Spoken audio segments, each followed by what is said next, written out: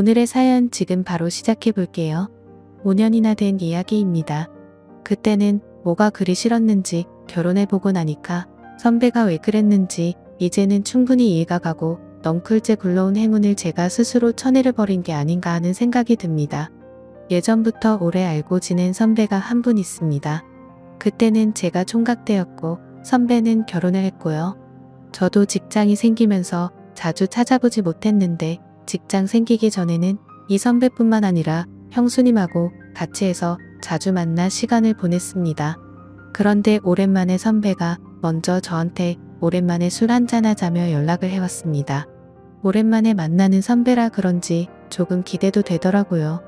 동종업계에서 일하는 사람이라 이 일 관련해서 경험적으로 배울 만한 것들이 있었고 그때쯤 저도 직장에서 자리를 잡고 있느라 물어볼 게 좀 있었습니다. 약속 장소에 도착하니 선배는 형수님하고 같이 자리에 있더군요. 형수님하고도 잘하는 사이다 보니 불편할 게 없었습니다. 저랑 선배가 하는 일이 서버 쪽을 관리하는 일입니다. 유지보수가 중요한 일이기 때문에 가끔씩 일이 생기면 회사에 불려 나가야 할 때가 있었어요. 그런데 마침 선배 회사에서 시스템이 먹통이 되었다며 선배한테 연락이 온 겁니다. 선배가 전화로 이렇게 하라 저렇게 해봐라 지시를 하는데도 전화상으로는 해결될 기미가 보이지 않더라고요. 저도 그쪽 일을 하다 보니 어떤 상황인지 이해가 가고 선배가 전화로 지시하는 것만 봐도 공부가 되었습니다. 그런데 도무지 유선상으로는 해결이 안 되는 일인지 선배가 잠깐 회사 좀 빨리 다녀올 테니 둘이서 마시고 있으라고 하고 자리를 비웠습니다. 형수님하고는 이미 잘하는 사이였지만 막상 둘만 있게 되니 뻘쭘했습니다. 단둘이는 있어 본 적이 없거든요. 형수님은 약간 범접하기 힘든 포스를 가진 분이었습니다. 저랑 동갑이기는 했지만 전혀 다른 세계에 사는 사람 같았거든요. 공부도 잘했고 해외에서 석사 학위까지 받아온 사람이었어요. 배운 여자에다가 세상에 힘든 일이라고는 한 번도 안 해봤을 것 같은 곱상한 외모를 지니고 있었습니다. 내조를 잘하는 타입이라 제가 선배하고 자주 만날 적에도 항상 자리를 지키며 있었어요.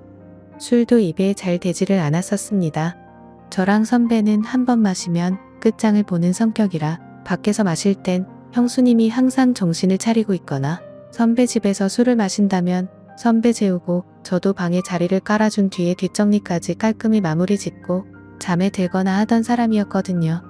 현모양처가 있다면 형수님을 두고 하는 말인 것 같았습니다. 저랑 같은 나이라는 게 믿기지 않을 정도로 어른스러운 사람이었어요. 그런데 웬일로 저한테 술 한잔 따라달라고 먼저 말을 건네더군요.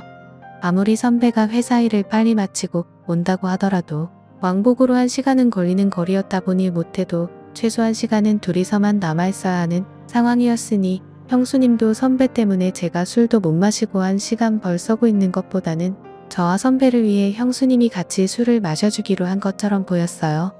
정말 속이 깊은 게 현모양처가 따로 없구나 생각했습니다. 형수님은 따지고 보면 저랑은 동갑 내기 친구 사이였기 때문에 사실 저는 좀 편하게 대하고 싶기는 했습니다. 하지만 형수님이라는 관계적 특성 때문인지 어쩔 수 없이 제가 거리를 둘 수밖에 없더군요. 그래서 사실 그간 선배와 같이 시간을 보낸 만큼 형수님과는 따로 접점이 없었는데 그날에 참 많은 일이 있었습니다. 형수님하고는 단둘이 대화를 단 30초도 나눠본 적이 없었는데 그날 술 한두 잔 부딪히면서 이야기를 나누니 동갑이라 그런가 이야기가 잘 통하고 코드가 잘 맞았습니다. 사실 형수님이라는 걸 빼더라도 유학파 출신의 고급진 그녀의 이미지 때문인가 괜히 어려워했나 하는 생각도 들었어요. 대화를 나누는 동안에는 아무런 어려움이나 위화감이 없었고 오히려 동네에서 잘 알고 지내던 동갑내기 여자친구 같은 느낌이 들었습니다. 서로 죽이 잘 맞아서 한참을 떠들었는데 시간을 보니 이미 선배가 회사로 향한 지도 어느덧 1시간 반이 흘러 있었습니다. 형수님도 선배가 생각보다 늦으니 전화를 했는데 선배는 금방 끝난다면서 둘이 괜찮으면 좀 더 마시고 있으라고 하더군요. 조금 이르게 만나서 그때가 밤 10시쯤 밖에 되지 않았고 형수님은 술을 잘 못하는 관계로 천천히 꺾어 마시고 있었기에 저도 술 기운이 그렇게 오르지 않은 상황이었습니다. 둘이 있는 게 생각보다 불편하지 않으니 조금 더 기다리는 건 문제가 없겠다 싶었습니다. 그런데 또 한 가게에서 거의 3시간을 넘게 있었고 형수님이 술을 천천히 마시고 안주도 잘 안 먹다 보니 다른 가게로 옮기는 게 민폐가 아니겠다 하는 생각도 있었어요. 주정도 소주 맥주를 마시는 것보다 형수님이면 와인 같은 걸 좋아하지 않을까 싶어서 자리를 옮기자고 권했습니다.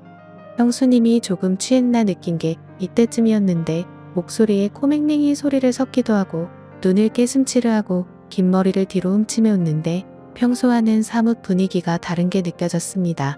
형수님이 먼저 좋다고 자리를 옮기자고 했고 근처에 있는 와인 바로 자리를 옮겼습니다. 조금 프라이빗하게 방형식으로 되어 있는데 조명이 불긋불긋한 곳에서 형수님을 보니 분위기가 묘하더군요. 간단한 치즈 안주와 함께 도수가 제일 약한 와인으로 주문을 했습니다. 괜히 형수님이 취하면 그것도 문제가 되겠구나 싶었거든요. 그런데 와인이 맛있다며 엄청난 속도로 술을 마시더라고요. 그러다가 그녀가 팔을 뻗으며 테이블 위에 있던 물병을 제 쪽으로 엎었는데 뚜껑이 잘 닫혀 있어서 물이 많이 흐르지는 않았습니다. 그래도 테이블 위에 살짝 흐른 물을 닦으려고 티슈를 꺼내는데 형수님도 술 기운에 당황해서 팔을 뻗다가 둘이서 서로 손을 잡아버리고 말았습니다. 서로 전기가 통한 듯 저와 형수님은 손을 맞잡은 채로 멈춰 있었고 정신이 아늑해지는 것 같았습니다. 그리고는 자리에서 일어난 형수님이 자연스럽게 제 옆으로 앉더군요. 자기가 조금 취해서 어지럽다면서 잠깐만 쉬어도 되겠냐며 제 어깨에 기대 눕더라고요. 형수님 머리에서 나는 은은한 샴푸 향에 정신이 아늑해질 뻔했지만 남아있는 이성의 끈을 잡으면서 이러면 안 된다고 몇 번을 되뇌이며 정신줄을 붙잡았습니다. 형수님은 일어날 생각이 없는 건지 계속 제 어깨에 기대서 있었고요. 선배가 돌아오면 어쩌나 조마조마하더군요. 어차피 방형식으로 돼 있는 곳이라 커튼 너머로는 아무것도 안 보여서 괜찮았고 형님도 저희가 있는 방에 들어오려면 저나 형수님한테 먼저 연락을 해야 했을 테니 문제가 없을 거라 생각이 들어서 저도 그냥 에라 모르겠다는 생각으로 어깨에 기댄 형수님을 그대로 두고 반대 방향만 바라보고 있었습니다. 시간은 이제 1시가 다 되어 가는데 곧 온다던 선배는 연락조차 없더군요. 형수님은 아직도 제 어깨에 기대서 새근새근 숨을 몰아내 쉼을 썼고 저는 속으로 애국가까지 부르면서 올라오는 술기운을 참아내려 애를 쓰고 있었습니다. 보통은 이렇게 막무가내로 주정을 부리는 사람이면 꼴보기가 싫을 텐데 그동안 동갑내기이긴 하지만 살짝 존경심이 들 정도로 제가 팔을 뻗어도 닿지도 않을 위치에 있는 것만 같던 우상 같은 여자가 이러고 있으니 오히려 형수님도 보통 여자랑 다르게 없구나 하는 생각이 들었습니다.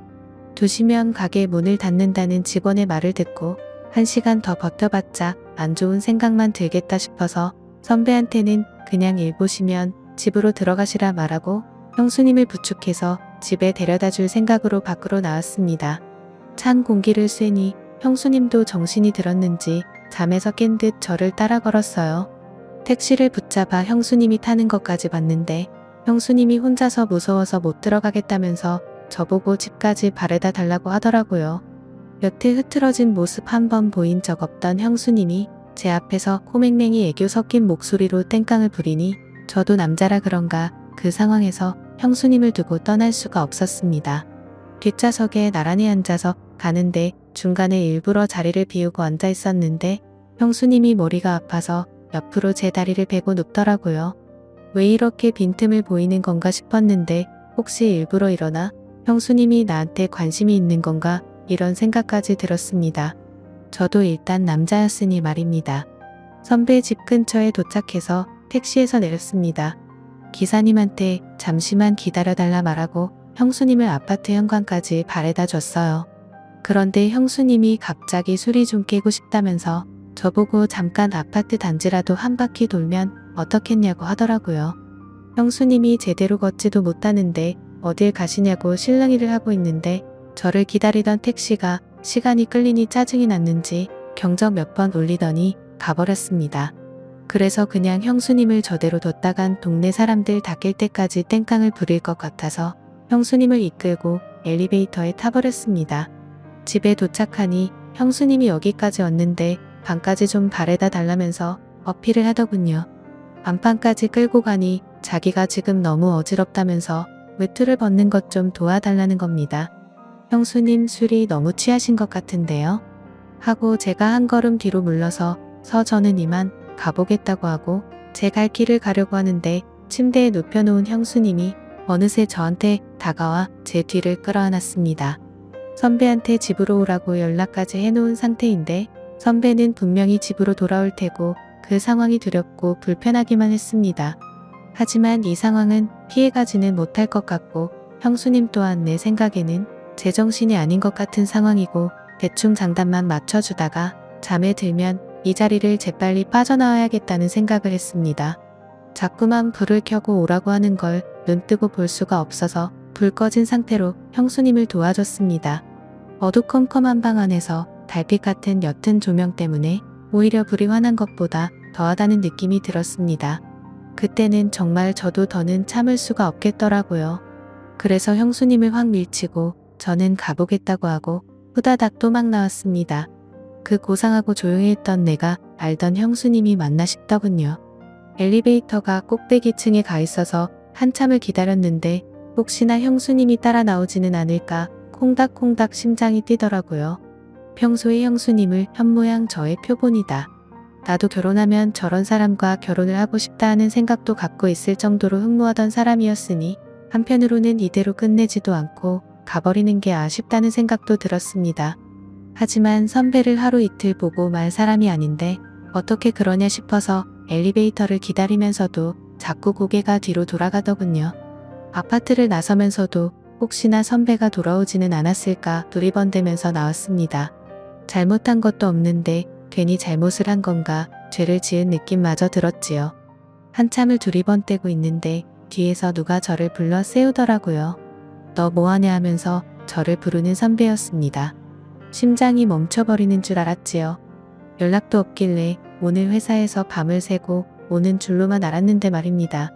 제가 괜히 눈치가 보여서 시간을 지체하기는 했지만 두리번거리면서 선배의 차가 있나 확인하는 동안 아파트로 들어오는 차는 한 대도 없었거든요. 그런데 어떻게 선배가 여기서 저를 불러 세우는 건지 싶던 찰나에 선배가 저한테 왜 한참 좋다가 그냥 가는 거냐고 하면서 무슨 문제가 있냐고 묻더군요. 그때까지만 해도 선배가 무슨 말을 하는지 몰랐습니다. 올라가서 이야기를 하자고 하기에 선배를 따라 다시 집으로 들어갔는데 술에 취해서 비틀비틀거리던 형수님도 다 연기였던 게 다시 제가 알던 고상하고 말수적은 다가가기 힘든 형수님의 모습으로 있더군요. 저는 그때까지만 해도 무슨 상황인지 몰라서 선배가 돌아와서 아무 일도 없는 척 경기를 하고 있는 거라고 생각했습니다. 하지만 선배는 저한테 충격적인 이야기를 꺼내더군요. 너는 아직 결혼을 안 해봐서 모를 거라고 말하면서요. 사람이 매일 똑같은 밥만 먹으면 질리지 않겠느냐면서 가끔은 양식도 먹고 중식도 먹고 하는 게 그 이유인 건 알고 있지 않느냐고 설명을 하더니 결혼한 사람들도 똑같다는 겁니다. 가끔씩이지만 이런 상황도 필요하다고요. 형수님이 저를 그동안 동갑내기이기도 하고 특별하게 봐온 게 있어서 말한 건데 제가 이렇게 정직한 사람인 줄은 몰랐다는 겁니다. 그때까지만 해도 저는 선배가 무슨 말을 하는지 이해를 못하고 있었는데 단도직입적으로 설명하자면 선배와 형수님은 결혼한 지도 오래되었고 하니 평범한 일상들이 흥미가 떨어진 상황이었다고 합니다.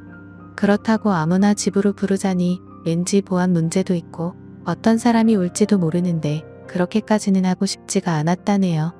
그러던 와중에 형수님이 저를 먼저 지목을 했고 선배도 제가 한참 때 니 이걸 이래저래 설명하는 것보다 아무것도 모르는 상황에 제가 정말 아까 전의 상황에서 자연스럽게 넘어가는 게 더 재미있겠다는 생각이 들었다는 겁니다. 이미 두 사람은 이렇게 될 걸 계획을 하고 있던 거고 회사 일이며 전부 다 거짓부렁이었던 겁니다. 전공법으로는 안 될 것 같으니 차라리 상황을 이야기해주고 아까 하던 걸 마저 하라는 겁니다. 제가 어이가 없어서 이건 해도 너무한 거 아니냐며 자리를 박차고 일어섰지요. 그러니 선배는 내 와이프 자존심에 상처를 준 거다. 어쩐다 하면서 화를 내기 시작했어요. 저도 언젠가는 이런 날이 오게 될 거고 그때가 돼서 연락하기만 해보라고 후회하지 말라고 하는 겁니다. 두 사람이 짜고 이미 저를 가지고 장난을 쳤기에 기분이 엄청 나빴습니다. 두 사람 심심풀이 땅콩이나 마찬가지였던 거죠.